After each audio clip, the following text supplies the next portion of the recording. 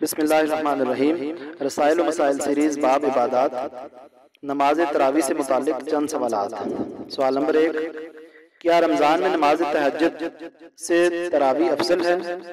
अगर एक आदमी रमज़ान में इशा पढ़कर सो रहे और तरावी पढ़े बगैर रात को तहज्जुद पढ़े, जबकि तहज्जुद के लिए खुद कुरान मजीद में सराहतन तरगीब दिलाई गई है और तरावी को ये मुकाम हासिल नहीं, तो इसके लिए कोई गुनाह तो लाज़िम ना आएगा।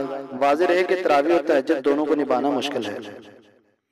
जवाब, नबी सल्लल्लाहु अलैहि वसल्लम दूसरे ज़मानों की बनिस्बत रमज़ान के ज़माने में क़ियामुल लैल के लिए ज़्यादा तरगीब दिया करते थे, जिससे साफ मालूम होता है कि ये चीज़ आप सल्लल्लाहु अलैहि वसल्लम को बहुत महबूब थी। सही रवायात से साबित होता है कि हुजूर सल्लल्लाहु अलैहि वसल्लम ने एक मरतबा रमज़ानुल मुबारक में 3 रात नमाज तरावी जमात के साथ पढ़ाई और फिर ये फरमाकर उसे छोड़ दिया कि मुझे अंदेशा है कि कहीं ये तुम पर फ़र्ज न हो जाए। इससे साबित होता है कि तरावी में जमात मसनून है। इससे ये भी साबित होता है कि तरावी फ़र्ज के दर्जे में नहीं है। इससे ये भी साबित होता है कि हुजूर सल्लल्लाहु अलैहि वसल्लम चाहते थे लोग एक पसंदीदा सुन्नत के तौर पर तरावी पढ़ते रहें, मगर बिल्कुल फ़र्ज की तरह लाज़िम ना समझ लें। सवाल नंबर 2, क्या किसी सहाबी को यह हक हासिल है कि नबी सल्लल्लाहु अलैहि वसल्लम जिस चीज़ को ये कहकर रद्द कर दें कि कहीं तुम पर फ़र्ज ना हो जाए इसलिए घरों में नमाज पढ़ लिया करो, तो फिर उसे बाकायदा जमात के साथ मसाजिद में जारी करे? जवाब,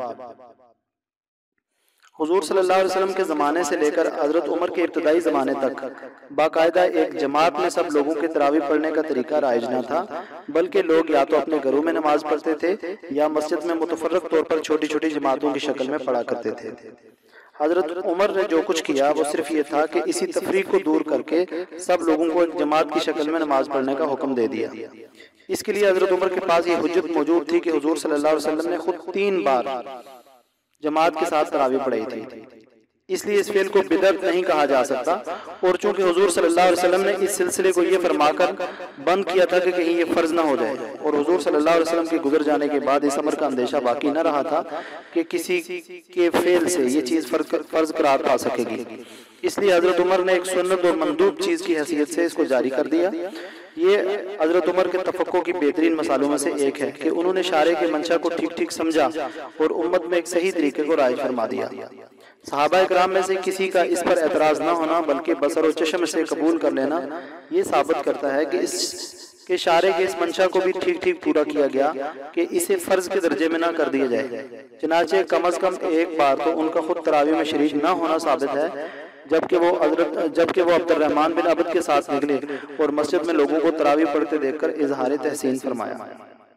सवाल नंबर 3, उलमाए कराम बिलअमूम ये कहते हैं कि तरावी अव्वल वक्त में इशा की नमाज के बाद मुत्तसिल पढ़ना अफजल है और तरावी की जमात सुन्नत मौक़दा कफ़ाया है। यानी अगर किसी मोहल्ले में तरावी बाजमात ना अदा की जाए तो अहले मोहल्ला गुनहगार होंगे, और 2 आदमियों ने भी मिलकर मस्जिद में तरावी पढ़ ली तो सबके ज़िम्मे से तर्क जमात का गुनाह साक़त हो जाएगा।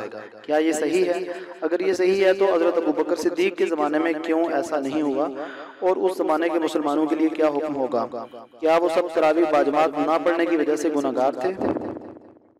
जवाब, उलमा जिस बिना पर ये कहते हैं कि जिस बस्ती या मोहल्ले में सिरे से नमाज तरावी बाजमात अदा ही न की जाए उसके सब लोग गुनहगार हैं, वो ये है कि तरावी एक सुन्नतुल इस्लाम है जो अहद खिलाफत राशिदा से तमाम उम्मत में जारी है। ऐसे एक इस्लामी तरीके को छोड़ देना और बस्ती के सारे ही मुसलमानों का मिलकर छोड़ देना दीन से एक आम बेपरवाही की अलामत है, जिसको गवारा कर लिया जाए तो रफ्ता रफ्ता वहाँ से तमाम इस्लामी तरीकों के मिट जाने का अंदेशा है। इस पर जो मुआरजा आपने किया है उसका जवाब रसाइल व मसाइल सीरीज सवाल नंबर 184 में गुजर चुका है। कुराबी सिलसिले का आखिरी सवाल, क्या नमाज तरावी अव्वल वक्त में सोने से पहले पढ़ना जरूरी है? क्या सहरी के वक्त तरावी पढ़ने वाला फजीलत और उलूहियत से महरूम हो जाएगा? अगर महरूम हो जाएगा तो हजरत सैयदना उमर फारूक के इस इरशाद का क्या मतलब है कि अल्लती तनामून अन्हा अफजल मिन अल्लती तकूमून? जवाब, इस अमर में इख्तलाफ है कि तरावी के लिए अफजल वक्त कौन सा है, इशा का वक्त या तहज्जुद का। दलाइल दोनों के हक में है, मगर ज्यादातर रुझान आखिर वक्त ही की तरफ है। अलबत्ता अव्वल वक्त की तरजीह के लिए ये बात बहुत वजनी है कि मुसलमान बहसीयत मजमूई अव्वल वक्त ही की तरावी पढ़ सकते हैं। आखिर वक्त अख्तियार करने की सूरत में उम्मत के सवाद आज़म का इस सवाब से महरूम रह जाना एक बड़ा नुकसान है। और अगर चंद सुलहा आखिर वक्त की फजीलत से मुस्तफ़ीद होने की खातिर अव्वल वक्त की जमात में शरीक ना हों तो इससे ये अंदेशा है कि अवामुन नास या तो इन सुलहा से बदगुमान हों या उनकी अदम शिरकत की वजह से खुद ही तरावी छोड़ बैठें, या फिर इन सुलहा को अपनी तहज्जुद ख्वानी का डंडोरा पीटने पर मजबूर होना पड़े।